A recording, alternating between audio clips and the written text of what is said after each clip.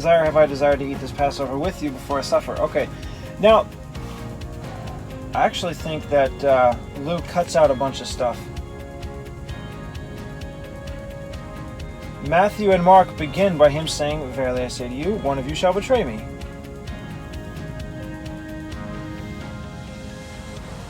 Verily I say to you, one of you which eats with me shall betray me. In Mark, they go, no, who is it?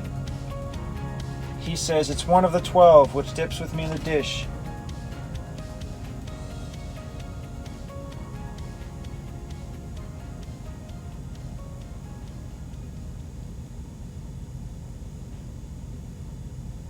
He that dips his hand with me in the dish.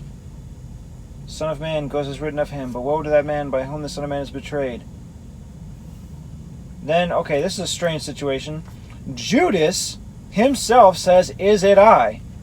He, Jesus, said to him, you have said. Now, I don't know if he said this to everyone, because clearly in John, it's asked again, but in a different light. When he had thus said. So he gave a bit of a speech.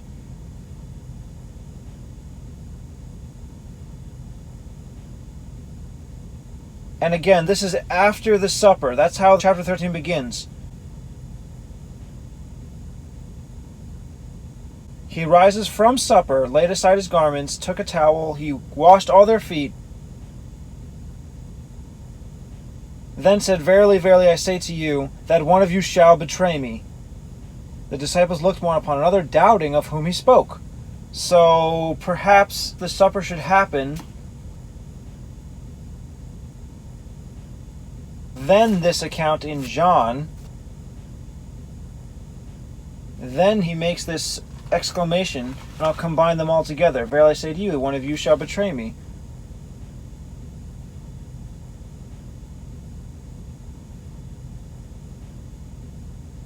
Verily I say to you, one of you shall betray me. I mean, it is the same statement.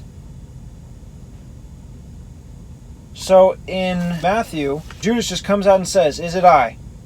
Jesus responds, you have said. And it's as if no one else heard, because as they were eating, Jesus took bread and blessed it and broke it and gave it to his disciples. So this could be after the meal. Now that they're done eating, he takes some of what's left over and gives the communion. In Mark, it's the same thing. It is one of the 12 that dips with me in the dish. Only in Matthew does Judas say, is it I? And he says, you have said. In Mark, it doesn't. Then he does communion, take and eat. This is my body. So this could be after the meal.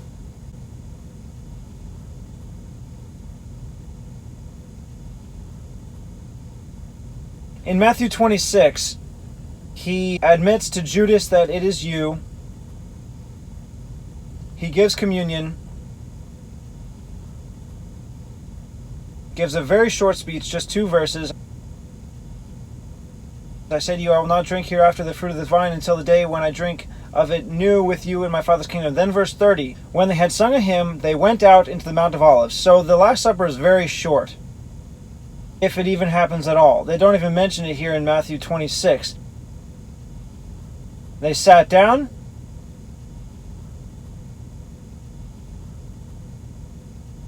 He says, verily I say to you that one of you shall betray me. So maybe they just skipped the entire supper. That seems to make sense.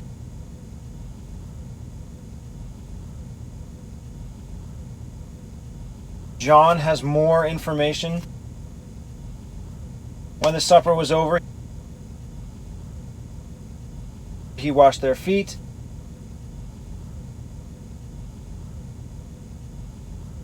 Gave a short speech. Then said, verily I say to you. So I should probably put all of John 13, 1 through 20, before or in between Matthew 26, 20 and 21.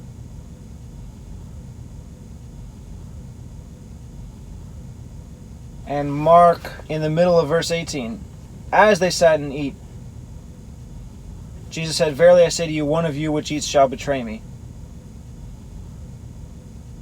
Well, this is a problem. Mark saying as they're eating, Jesus is telling this. John says after they ate.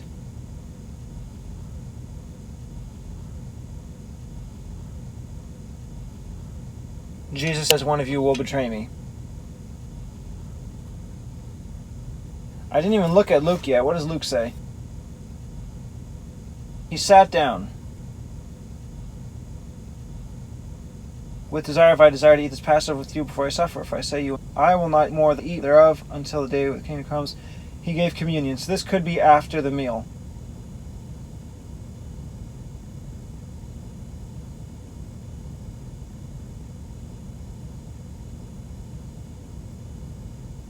So he doesn't say, verily, verily, one of you will betray me, but he does say, but behold, the hand of him that betrays me is with me on the table. So it's close. Truly the Son of Man goes as it was determined, but woe to that man by whom he is betrayed. They inquired. There was also strife among them, which should be accounted the greatest. Again, the first statement in Luke is what is most disagreeable with the beginning of John. It's what convinces people this must be the Passover. He said to them, with desire have I desired to eat this Passover with you before I suffer. For I say to you, I will not any more eat thereof until it be fulfilled in the kingdom of God. And then he does communion. With desire have I desired to eat this Passover. But from the preparation and the fact that it's a huge event, it's bigger than Thanksgiving. It's something that takes days to prepare. Everyone has to spend that time in Jerusalem, which means it takes a lot of travel arrangements. This Passover is the season. I think that's what Jesus is saying. Not that I'm going to sit down and eat this meal, which is Passover. He's talking about the season, the time of the year. Even though Luke puts this at the beginning, I can save until just before communion.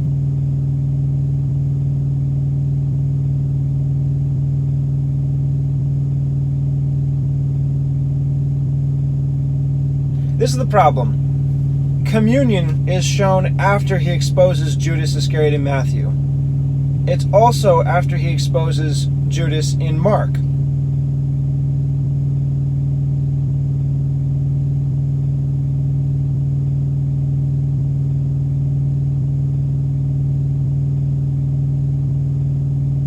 However, in Luke, it's before. He gives communion, he took bread, gave thanks, broke it, and gave them. This is my body. Likewise also the cup. This cup is the New Testament in my blood, which is shed for you.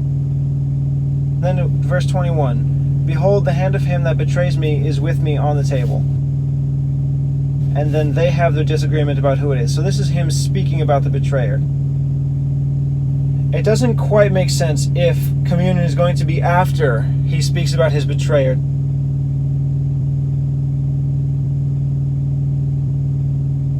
To then mention the betrayer again. Especially after he says to Judas, it's you. So I'm going to move communion to fit with Matthew and Mark after he speaks about his betrayer, and after I combine that with John, meaning that Judas is exposed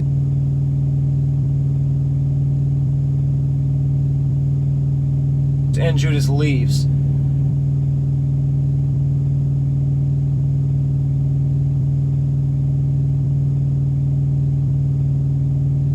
So that means that Judas will be there for the feet washing,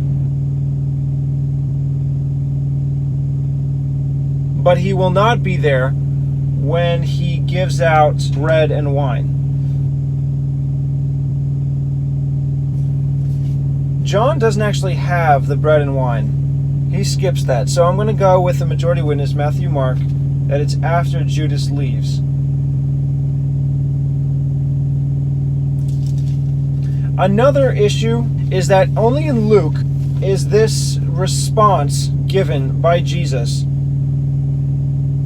The kings of the Gentiles exercise lordship over them. They that exercise authority upon them are called benefactors. But you shall not be so. But he that is greatest among you, let him be as the younger. He that is chief is he that does serve. And this is in response to, and there was also a strife among them, which of them should be accounted the greatest. Now, it is really hard to believe that after Jesus washes their feet, in John, he washes all their feet and then says, know you what I have done to you? You call me Master and Lord, and you say, well, for so I am. If I then, your Lord and Master, have washed your feet, you also ought to wash one another's feet. For I have given you an example that you should do as I have done to you. The main issue of what he's doing is that he's giving an example. This is how you ought to serve.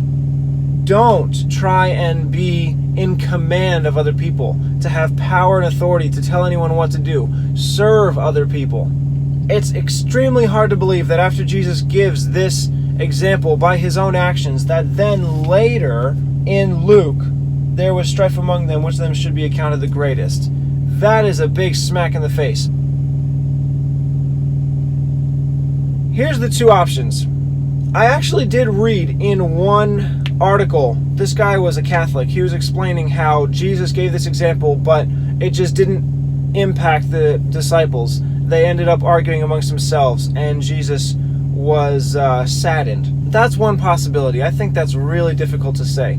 The other possibility is what's happened throughout Jesus' ministry with the 12, that they do something stupid. They've even argued before of who will be the greatest, and he responds to that appropriately by grabbing a child and saying, you must be converted as a child, you must be humble as a child, or else you will not enter into the kingdom of God. So he responds to their actions with a perfect example by taking a child himself. He lives out the model of what they ought to do. It makes perfect sense that they're going to be arguing, and then Jesus responds by washing their feet. He says, you think you're going to be in charge. Let me show you how I, your Lord and Master, treat you. I wash your feet. You are not above me. The servant is not above his master. Do as I do. That makes so much sense. So, I've already had issues in the past where I can see that Luke reordered events, even though the beginning says he's going to set in order the events that happened.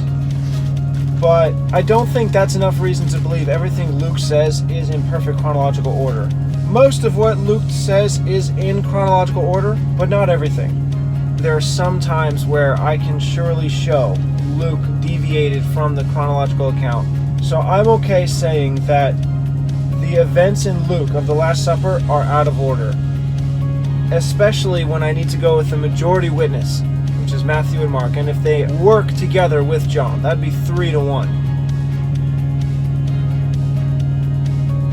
Also, Luke was not there. Luke was not at the Last Supper. Matthew was there, and John was there, so their accounts I'm going to take as much as I can